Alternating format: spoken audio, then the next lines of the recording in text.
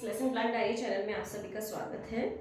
Again I am with next 10 questions of pedagogy for your any TET exam. मतलब pedagogy is very common all around the India, so आपको ऐसी कोई problem नहीं आएगी कि अगर आप किसी और स्टेट से बिलोंग करते हो तो किस तरह के क्वेश्चन आएंगे। बिकॉज जिन पियाजे के बारे में जियो थ्योरी एमपी में पढ़ी जाती है या महाराष्ट्र में पढ़ी जाती है, वही सेम थ्योरी साउथ में भी पढ़ी जाएगी, नॉर्थ ईस्ट में भी पढ़ी जाएगी। तो there will be no dispute in your theory of theorist, and so these next 10 questions will be really helpful.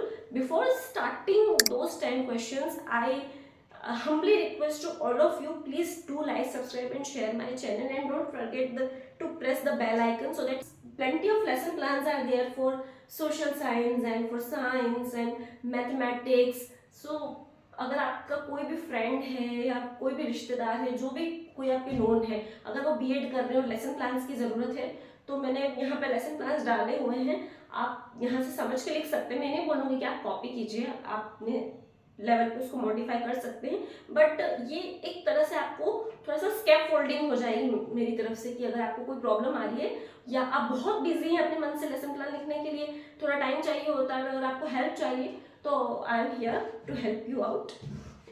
yes, we will begin our session. For next 10 question we'll start from question number 11, क्योंकि हमारे 10 questions already हो चुके हैं। अब हम question number 11 से अपना काम स्टार्ट करेंगे। ये हमारा लास्ट क्वेश्चन था जो हमने किया था।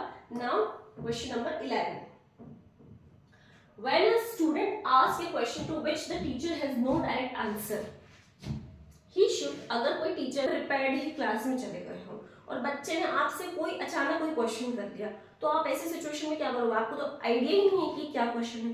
देन इन दैट केस आप क्या करोगे? गलत आंसर बताओगे।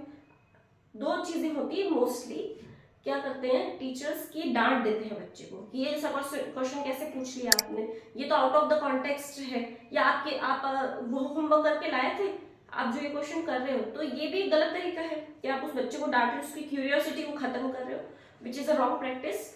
सेकेंडली आप क्या करेंगे? अगर आप उसकी क्यूरियोसिटी को खत्म नहीं करना चाहते तो फिर आप क्या करेंगे कि आप गलत आंसर दे देंगे, which is also wrong practice. आपको ये भी नहीं करना चाहिए कि आप गलत आंसर कर दें।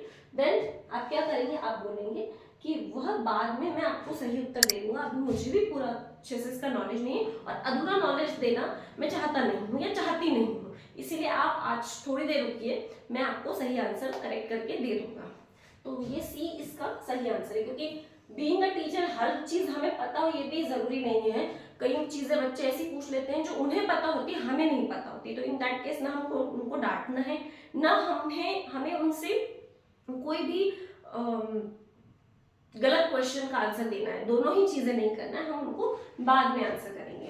Article 45 under the directive principle of state policy in Indian constitution provides for, जो आर्टिकल 45 है उसमें जो हमारी पॉलिसी है, directive principle state policy of in the Indian constitution, वो क्या कहती है? वो कहती है free and compulsory primary education.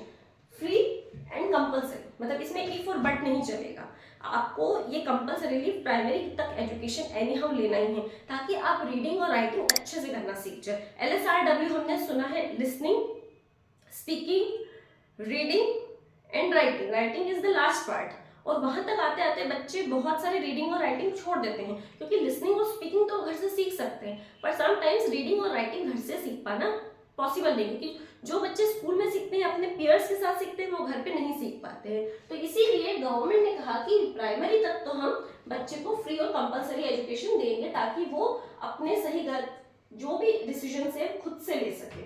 Next is which of the following is basic assumption in non-directive counsel? Question number 13, which of the following is the basic assumption in non-directive counseling according to Snyder? Snyder was a theorist जिन्होंने counselling के assumption के बारे में कुछ theories दी थी अपनी। अब इसमें 3 पार्ट है। अब हमें ये देखना है कि फर्स्ट सही है या सेकंड सही है या तीनों ही सही है या तीनों नहीं सही है, क्या हमारे लिए करेक्ट होगा। इन अ रीजनेबल, अब करेक्ट आंसर अगर हम देखेंगे तो फर्स्ट और सेकंड है। फर्स्ट आंसर कैसे सही है वो हम समझ लेते हैं कि in a reasonable short time the counseling situation should develop to a point at which the client will be able to operate independently. जो हमारा क्लाइंट है, जिसका हमको परामर्श देना है, जिसकी हमको काउंसलिंग करना है, तो शॉर्ट एक रीजनेबल टाइम पीरियड में वो अपने चीजों को समझ के डेवलप करके अपने पॉइंट ऑफ व्यू बना सके। Obviously number 2, an emotional disturbance is the primary cause preventing an individual from adjusting properly. तो कई बार कुछ इंडिविजुअल, कोई इंसान डिस्टर्ब होता है इंटरनली फॉर सम रीजन, तो इस वजह से भी जो इंडिविजुअल है वो प्रॉपरली एडजस्ट नहीं कर पाता है। अगर हम यहाँ पे बात करें तो प्रॉपरली एडजस्ट करना मतलब क्लासरूम में मिंगल नहीं हो पाना, और उसका रीजन कहीं ना कहीं ये हो सकता है कि उसको घर से कोई डिस्टर्बेंस है, या उसको कोई डरा रहा है, कोई धमका रहा है, तो वहां पे हमें काउंसलिंग की जरूरत पड़ती है। और इसीलिए इसमें नंबर 1 और नंबर 2 करेक्ट है। थर्ड वाला भी समझ लेते हैं कि वो क्यों गलत है। The client has no right to select his own life goals. ये तो गलत है कि क्लाइंट के पास में अपने लाइफ के गोल सिलेक्ट करने के लिए राइट ही ना हो, तो ये तो रॉन्ग आंसर है, ये तो बिल्कुल नहीं हो सकता। इसलिए हमारे नंबर 1 और नंबर 2 करेक्ट ऑप्शंस हैं।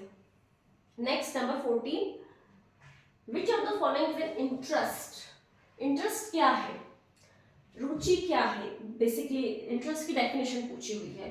तो रुचि है deep rooted constructs determined by the individuals need structure, कि इंडिविजुअल की नीड क्या है, उसके अकॉर्डिंग उसके जो डिटरमाइंड गोल्स होते हैं वो डिसाइड हो जाते हैं मन में, कि मुझे अंदर से पता होता है कि मुझे लाइफ में क्या करना है, और उसी को हम बोलते हैं, उसी के लिए हम आगे अपने आप को पुश करते जाते हैं, अपने ड्रीम्स को अचीव करने के लिए खुद को बार बार पुश करते हैं, and that is called interest, रुचि, उसी को हम रुचि कहते हैं। Next number 15, which of the following is applicable. Applicable इनमें से क्या है, कौन सा लागू हो सकता है इन दोनों में से? Growth and development are inseparable. Growth और डेवलपमेंट इनसेपरेबल है, नाइदर टेक्स प्लेस अलोन, कि दोनों को हम रिप्लेस नहीं कर सकते हैं, ये दोनों अब एक साथ चलते हैं, ऐसा ये सही है। या फिर development refers to quantitative changes, या फिर डेवलपमेंट क्वांटिटेटिव चेंजेस है, क्या विकास को हम क्वांटिफाई कर सकते हैं, उसको तोल सकते हैं, गिन सकते हैं, क्या ये हो सकता है? तो डेवलपमेंट, विकास को तो हम नहीं गिन सकते, ग्रोथ को हम मेजर कर सकते हैं। फॉर एग्जांपल अगर किसी की हाइट बढ़ी है तो ग्रोथ हम मेजर कर सकते हैं। डेवलपमेंट आप कैसे मेजर करोगे? सपोज करो कि अगर किसी का सोशली कोई बहुत डेवलप हो गया है, तो उसका मेजरमेंट क्या है? यहाँ पे कोई ऐसा पैरामीटर नहीं है कि जिससे हम ये मेजर कर सके कि इंसान ने इस तरह से बिहेव किया है तो ये उसका सोशल डेवलपमेंट बढ़ गया है या कम हो गया है, तो ऐसा कुछ भी नहीं है।